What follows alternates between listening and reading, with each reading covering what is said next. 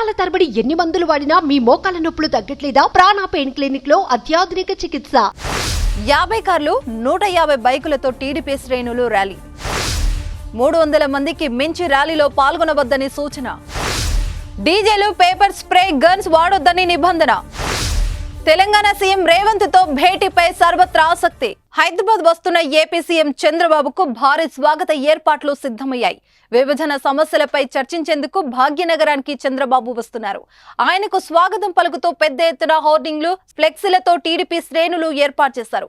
నిజం గెలిచింది, జై తెలుగుదేశం, వెల్కమ్ టు సిబిఎన్ పేరుతో ఫ్లెక్సీలు ముస్తాబయ్యాయి.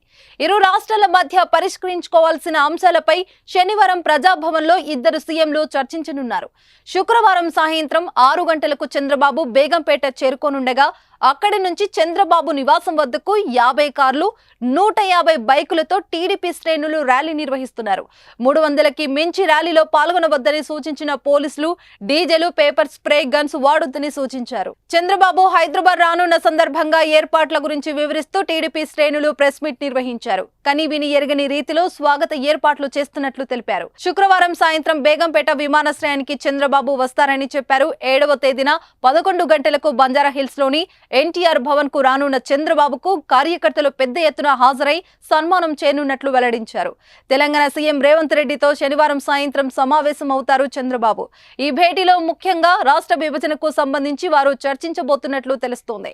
ముఖ్యమంత్రి హోదాలో చంద్రబాబు రాష్ట్రానికి రావడం ఇదే తొలిసారి కావడం విశేషం. చంద్రబాబు రాకతో తెలంగాణ టీడీపీలో నయా జోష్ కనిపిస్తోంది.